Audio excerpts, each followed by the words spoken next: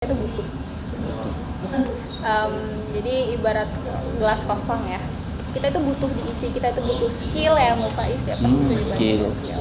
Jadi di organisasi itu salah banget kalau dibilang nggak, organisasi itu nggak ada untungnya. Itu kamu, karena kamu ya nggak bisa ngambil untung untuk dirimu sendiri. Nah itu salah gitu. Jadi ya kalau kita pinter, karena di situ kita belajar mencari relasi, berteman, bersosialisasi. Diri dari mana? Tentu dari sebuah wadah yang berbeda-beda juga gitu, dari berbagai organisasi, karena kita bakal dapat pengalaman, dapat soft skill dari sana. Karena cuman pinter aja gak bisa soft skill, ya gimana ya? Benar-benar.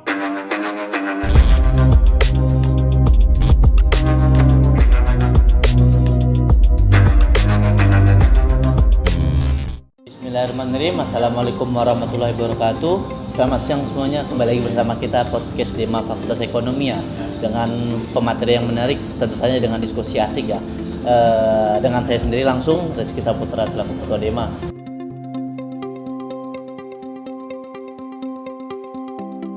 Karena pembahasan kali ini seputar kepemimpinan dan keorganisasian, ya tentu tidak bukan kita undang dong pemateri yang juga seorang pemimpin dan ketua-ketua di organisasi ataupun komunitas ya.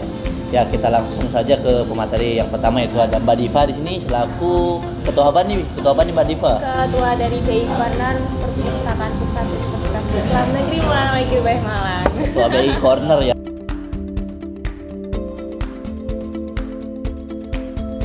Bener ya, ini kita jos nih. Terus ada Mbak siapa nih? Mbak Faiz. Mbak Faiz dari mana ini? Ketua Ikatan Akuntan Indonesia wilayah Jawa Timur Komisariat Malangkaya. Langsung.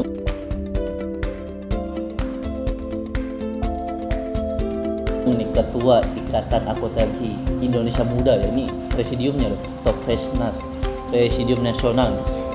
Kalau kalian nggak tahu YAI, cek IG-nya. Kalau kalian nggak tahu BIC, cek juga IG-nya. Nanti habis ini kita tag kok di akun YouTube kita ya tentunya ya.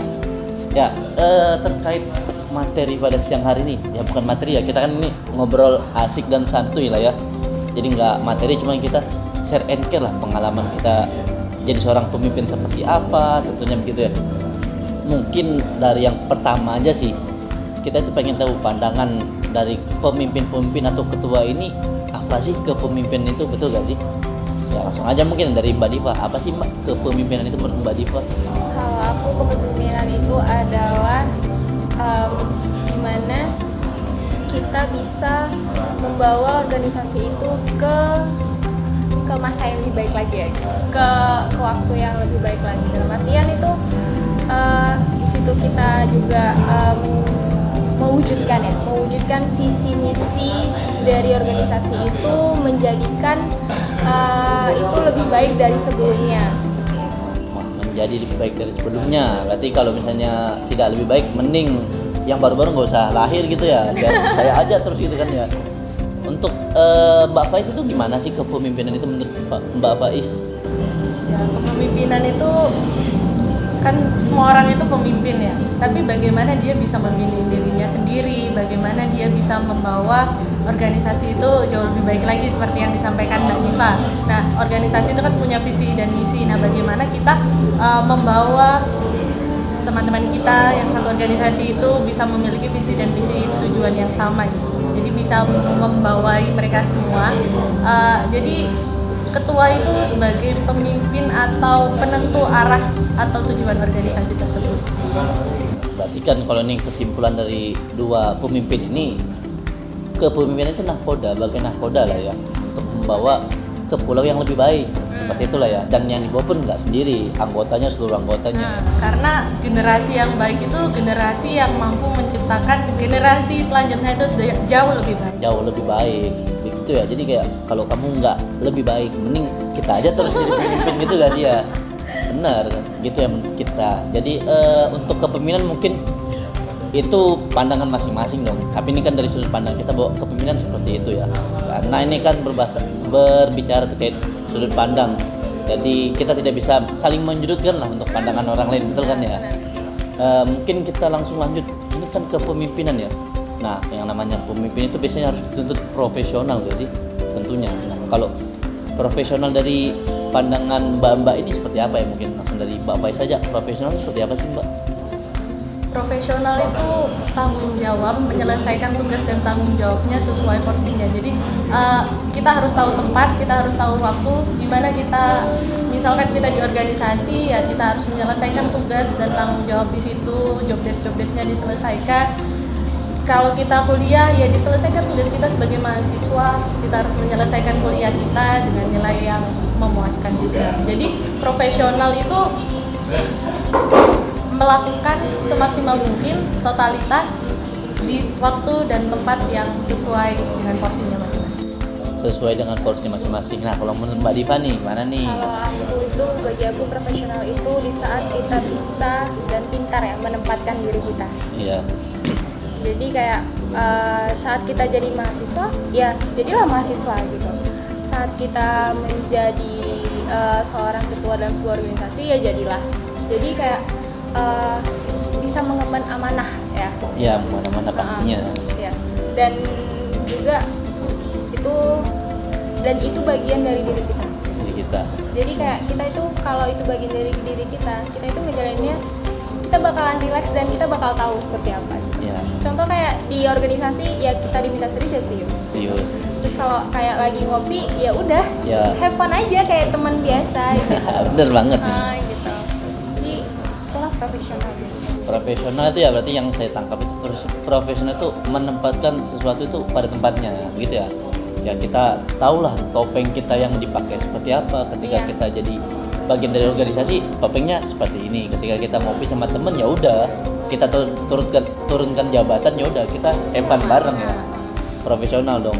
Ya mungkin seperti inilah pelawak lah ya, Sule mungkin ya dia depan kamera ya udah dia bisa membuat konten yang lucu-lucu, tapi di belakang layar ya dia bisa marah, bisa sedih, seperti itu ya. Profesionalitas seperti itu ya. Nah, jadi kan kita udah tahu nih terkait kepemimpinan dan profesional. Wah, ini seharusnya setiap orang dari ya seluruh mahasiswa lah harus profesional ya terhadap dirinya sendiri ya terlebih dahulu ya. Nah, mungkin selanjutnya kita langsung ini kan karena mereka sudah jadi pemimpin nih, kita langsung flashback dong ke masa lalunya mereka terkait kenapa sih pengen masuk organisasi ya. Padahal kan organisasi juga ya nggak terlalu menguntungkan lah ya, mungkin bagi pandangan orang biasa mungkin apa sih organisasi gitu ya. Mungkin dari pandangan pemimpinnya langsung nih, pucuk pimpinan tuh kenapa mau masuk organisasi seperti ya. Kita dari Mbak Diva lagi, coba Mbak Diva. Kalau kenapa sih masuk organisasi nggak ada untungnya itu sebenarnya salah ya. Salah ya. Itu bagi orang yang kayak enak tidur, lebih enak aku nonton, lebih enak aku jalan-jalan sama doi kali ya. Iya. Kayak gitu. Ini. Tapi kalau bagi aku karena di organisasi ini kita itu butuh. Jadi ibarat gelas kosong ya. Kita itu butuh diisi, kita itu butuh skill ya Mbak Faiz ya pasti. Skill. Jadi di organisasi itu salah banget kalau dibilang organisasi itu nggak ada untungnya. Itu kamu karena kamu ya nggak bisa ngambil untung Iya. untuk dirimu sendiri. Iya. Nah itu salah gitu. Jadi ya kalau kita pintar karena di situ kita belajar mencari relasi, Benar. berteman, bersosialisasi, kita punya wawasan gitu. Pikiran kita terbuka dengan teman-teman yang baru, kita ketemu orang-orang yang baru gitu. Jadi kayak kalau kamu nggak merasa untung di organisasi, berarti itu yang salah di kamu. Di kamunya Gitu. ya. Bener nggak sih? Ya. Soalnya kalau kita untung-untung aja nih Iya, ya. kamu juga ya kalau kamu nggak bisa bawa diri, nah kembali lagi ke pembawaan diri ya. Iya. Gitu. Jadi ya pintar-pintar lah ya gitu. Pinter. Oh berarti kalau Mbak Diva tadi kenapa pengen masuk organisasi? Ya kita sebagai gelas kosong ini ya. Iya, karena kita butuh Gitu. Kita pengen nggak akademik doang lah istilahnya. Iya, jadi harus seimbang ya Iya. kan. Kalau menurut Mbak Faiz nih gimana nih? Kenapa mau masuk organisasi?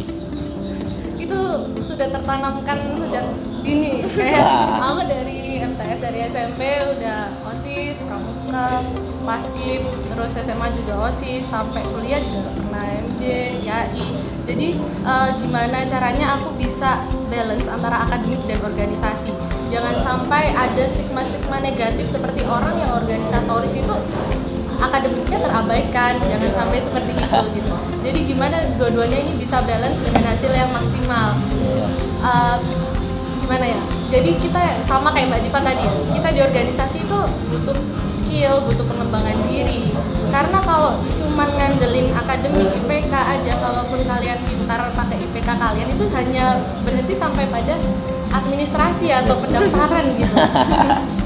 Nah, tapi nanti pada saat wawancara atau mungkin pada saat dalam dunia kerja itu pasti dipertimbangkan juga atas skill dan pengembangan diri, karena ketika kita ngobrol misalkan sama atasan dan lain sebagainya itu pasti cari yang match yang bisa menyesuaikan diri atas lingkungannya gitu. Nah, kita bisa menyesuaikan diri dari mana? Tentu dari sebuah wadah yang berbeda-beda juga gitu, dari berbagai organisasi, karena kita bakal dapat pengalaman, dapat soft skill dari sana. Karena cuman pinter aja gak bisa soft skill, ya gimana ya? Benar-benar. Berarti wah nih kalau Mbak Faiz emang udah tertanam nih dari masa kecilnya, ini udah saya harus aktif nih. Maksudnya kayak walaupun gak untung buat orang lain ya setidaknya saya untung gitu kan ya, kita gitu ya. Oh ya, sebelumnya ini kan mungkin pada penasaran ini kakak-kakaknya jurusan apa nih ya tentunya. Kak Faiz jurusan apa nih? Pastinya akuntansi ya, karena nggak bakal bisa masuk Ikatan Akuntan Indonesia kalau bukan jurusan akuntansi atau pendidikan akuntansi. Pendidikan akuntansi angkatan 2018. 2018. Nah, untuk Mbak Diva? Kalau untuk angkatan sama kayak Faiz ya. Iya, sama. Sama kayak Anda juga. Sama kayak ya, saya Bapak juga ya? dong. Iya. Kalau aku jurusan perbankan syariah. Jurusan perbankan syariah 18 ya. Kalau saya sendiri manajemen nih, manajemen fakultas. Jadi kita ini lengkap ya, mewakili fakultas ekonomi. Ekonomi Win Malang ya. Win Malang tentunya. dong tentu. Jadi kayak siapa yang bilang kayak mahasiswa Win Malang nggak bisa aktif dimanapun, toh ini bisa. Buktinya ini saya didampingi kartini muda malah. Nah, sedikit insecure saya Pak. Jadi kayak hilanglah pandangan teman-teman bahwasanya organisasi tidak bermanfaat ya. Lebih baik tidur. Ya itu menurut kamu untuk lebih baik tidur untuk saat ini. Kedepannya apakah tidurmu bermanfaat? Seperti itu kan ya. Kalau kita bicara seperti itu. Terkait organisasi ini tadi kamu udah jelaskan terkait kenapa pengen daftar organisasi segala macam. Nah, yang pengen aku tanyakan itu ketika masuk organisasi itu punya kendala apa aja sih? Waktu masih anggota, kita jadi pemimpin ya anggota dulu, kita bahas anggota. Gimana Mbak Faiz dulu? Tentunya banyak orang itu bingung dalam membagi waktu atau mengerjakan job desk-nya. Itu tentu menjadi kendala. Terus yang menjadi kendala itu antara pembagian waktu dan prioritas dalam kehidupannya dia sendiri dengan kehidupan dia di organisasi. Nah itu butuh keseimbangan lah. Nah itu nggak semua orang bisa memahami itu gitu loh. Jadi kalian harus bisa tahu porsinya. Tapi ya biarkan ketika orang lain menilai kok kamu gini, kok kamu gitu. Kita nggak bisa ngontrol omongan orang, tapi kita bisa mengontrol diri kita. Jadi kalau ada orang yang memberikan stigma negatif, kalau kita tidak bisa kontrol omongan dia, ya udah abaikan. Tapi kalau misalnya kita bisa kontrol dengan diri kita, harus berubah menjadi lebih baik, harus seperti apa. Nah itu yang bisa kita kontrol, apa yang bisa kita perbaikilah. Tapi abaikan ketika seseorang menilai buruk tentang diri. Bener nih, kalau kata Mbak Faiz, ya kita benar-benar manajemen dirinya harus dapat lah ya kalau di organisasi.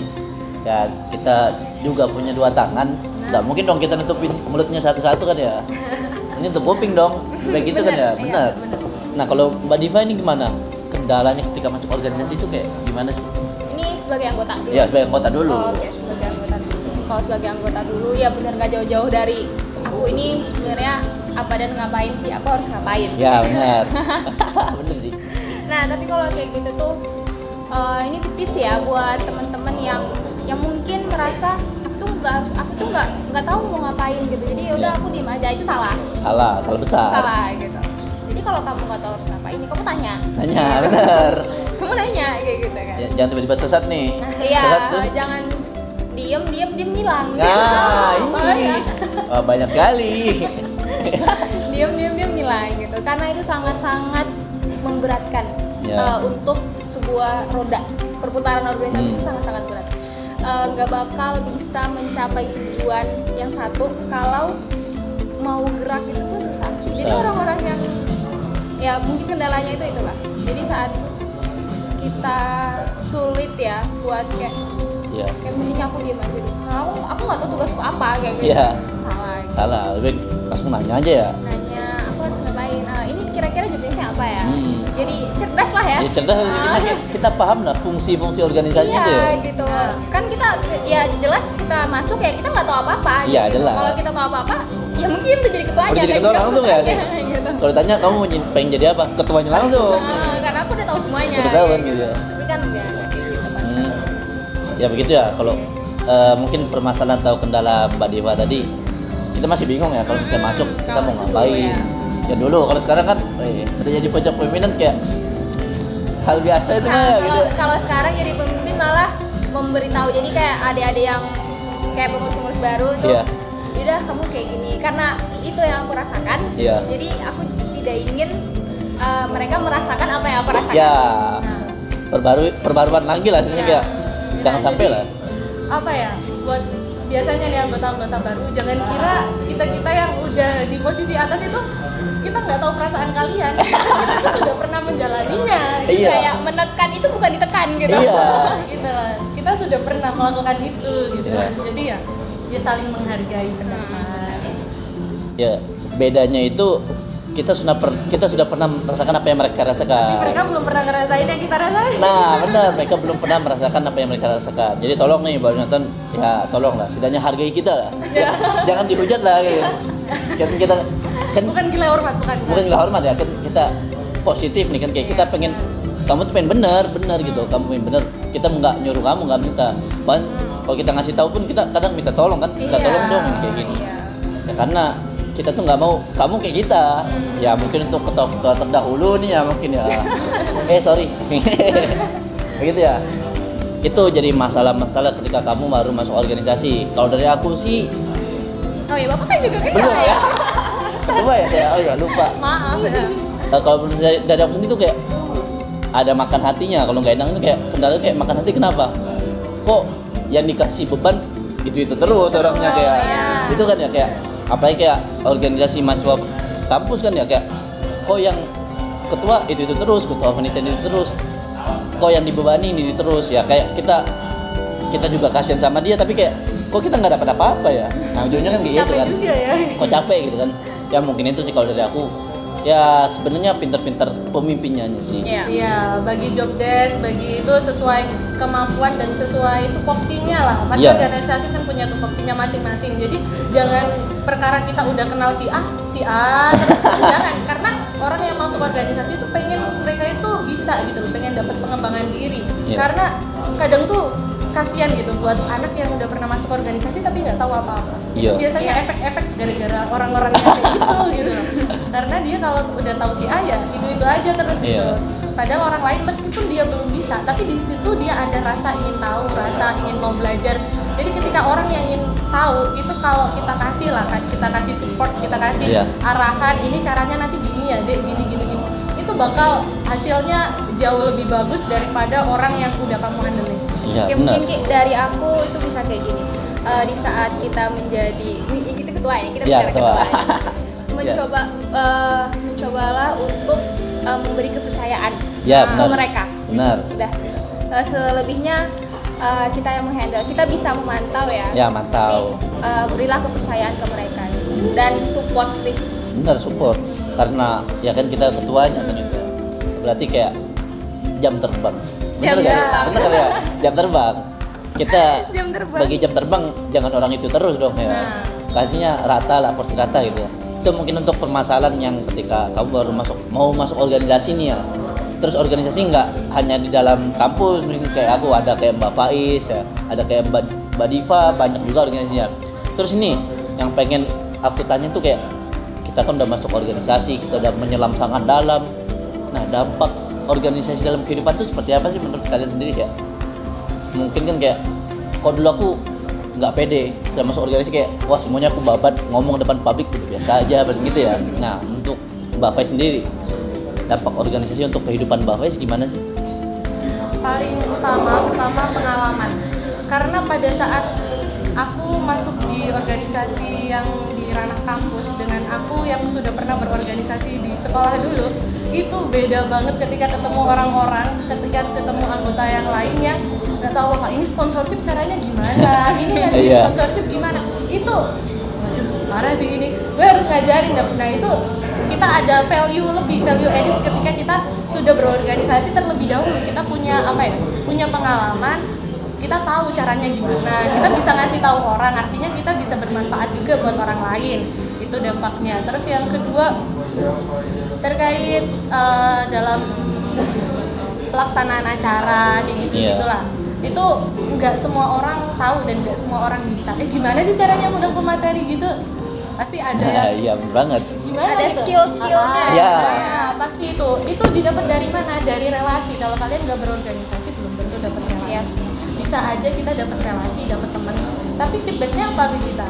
Itu loh yang perlu dipertanyakan gitu. Bukannya kita itu mengharapkan atau mau ngemanfaatin orang enggak, tapi bagaimana kita saling memberikan feedback. Artinya relasi itu relasi yang bagus, positive vibes lah di dalamnya.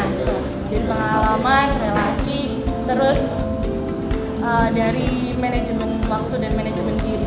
Karena kita kalau masuk ke organisasi yang kita urusin kan bukan diri kita aja, tapi kita ngurusin organisasi tersebut, ngurusin orang lain juga. Kalau orang ngurusin orang lain males banget guys. Sebenarnya gitu kan. Tapi kalau ketika kalian masuk organisasi, mau nggak mau kalian kan harus bertemu dengan orang. Artinya nanti bakal menambah kayak public speaking, komunikasi yang baik seperti apa, terus gimana kita itu bisa menghadapi banyak orang. Kadang ada orang yang introvert banget masuk organisasi, terus akhirnya dia nggak mau mengakrabkan diri dengan organisasi lain. Bagaimana kita menarik pelan-pelan dia bisa akrab ke anggota yang lain. Terus bagaimana kita bisa menghadapi misal dosen, misal orang yang lebih tua dari kita, terus ngadepin adik tingkat yang belum tahu apa-apa, belum pernah masuk organisasi, baru masuk di organisasi kita itu gitu. Jadi pintar-pintarnya kita menghadapi seseorang gitu. Nah hal tersebut itu nggak sulit didapatkan seseorang yang jarang bertemu dengan orang lain. Nah ketika kita di organisasi kan sering bertemu si A, si B, si C, akhirnya kita lama-lama kan jam terbangnya terbiasa. Bisa menghadapi orang yang seperti ini kita berarti harus gimana, orang kayak gini kita harus gimana, sama dosen kita harus bilang gimana gitu. Jadi kita tahu tepat lah. Artinya kalau kita bisa menempatkan semuanya itu aman lah, insya Allah kedepannya. Berarti wah ini dampak berarti organisasi dalam kehidupan Bapak sangat berdampak sekali kayaknya ya. Malah mengubah kayaknya, jadi aku tahu semua ladang-ladang kayaknya yang harus aku tempuh gitu ya. Kalau Mbak Diva sendiri gimana nih? Aku mungkin udah sangat dijelaskan oleh Pak Is ya. Udah sangat mewakili kita ya. Sangat mewakili gitu. Nah terus dan aku nambah mungkin manajemen diri. Dari organisasi kita bisa belajar untuk memanajemen diri kita dan kita tahu skala prioritas. Ya, skala prioritas nih, tatanannya. Iya, skala prioritas. Dan udah sih semua udah dibilang sama dia. Udah diwakili kayaknya. Iya, udah ini. Jadi ya itu komunikasi, ya menempatkan diri, skala prioritas gitu. Dan itu benar-benar kadang nih anak-anak kalian apa sih yang kalian dapat di Bay Corner kayak aku nanya tuh satu-satu tuh aku tanya gitu. Iya Mbak, aku dulu dari aku malu ngomong, terus aku bisa, terus aku jadi MC gitu. Jadi kan memang diberikan kepercayaan itu butuh penting ya gitu. Dan itu benar-benar berdampak buat dia. Udah deh nggak apa-apa, coba aja. Coba aja kayak gitu, bisa gitu. Aku sering gitu kan ke anak-anak, aku lagi anak-anak yang penting kan berani mencoba. Berani mencoba. Pertama itu yang paling utama bukan kita misal kita lupa, bukan mengalahkan orang lain, tapi bagaimana kita mengalahkan ketakutan diri sendiri. Benar. Ya sama sih kayak aku juga kayak ya kan kita juga ngasih dia kepercayaan, nggak langsung kita tinggal toh. Iya, support kita bimbing, kita kayak gini ditemenin. Bener kayak gini loh deh MC, teksnya kayak gini, nadanya kayak gini, bener-bener kayak ya udah kita tuh bimbing Kak, tiba-tiba ini loh amanah tuh kita lepas. Itu kan ya. Ya nih terakhir nih pertanyaan dari aku untuk mbak-mbak yang sangat sampai speechless aku tuh kayak ngomongin kayak ngeri gitu kayak wah ini kayak diserang terus aku dari tadi kayak aku nanya langsung dar jawabnya gitu ya. Terakhir ini pertanyaan dari aku, apa sih yang bakal kalian titipkan lah untuk periode selanjutnya? Jadi kayak tahun depan kayak nggak pelongo-pelongo atau gimana, kayak dari rekrutmen anggota yang baik dan benar, mungkin apa sih yang bakal kalian wariskan untuk dari Mbak Faiz dulu mungkin? Oke, pesannya ya, intinya buat semuanya, meskipun kemampuan kalian terbatas, tetap lakukan secara totalitas sesuai kapasitas gitu.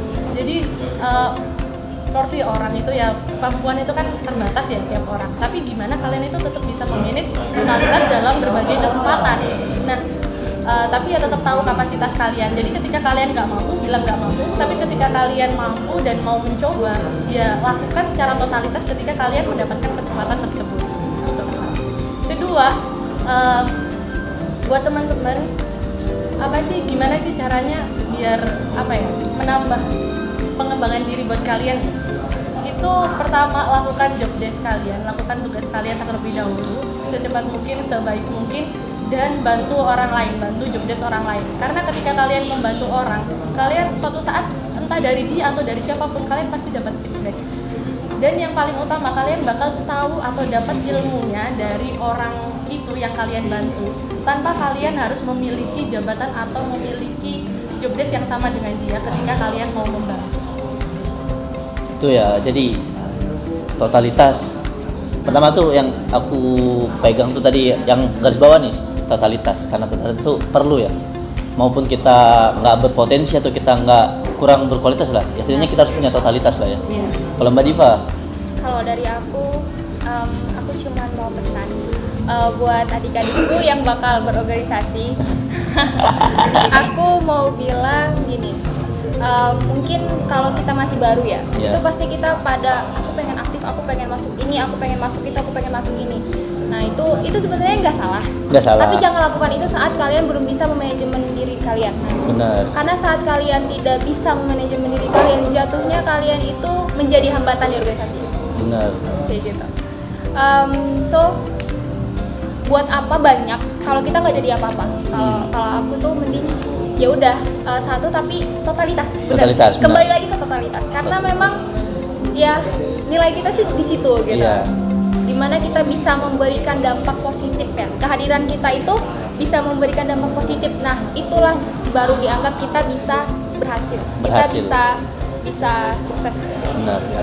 Totalitas ya, jadi kayak buat apa kita punya organisasi banyak, komunitas banyak, tapi kayak keteteran malah kan ya. Iya, nggak jadi apa. Mending satu tapi kita benar-benar berdampak positif di dalamnya, seperti itu ya. Mungkin kalau aku boleh pesan juga kan nih? Ya, boleh ya.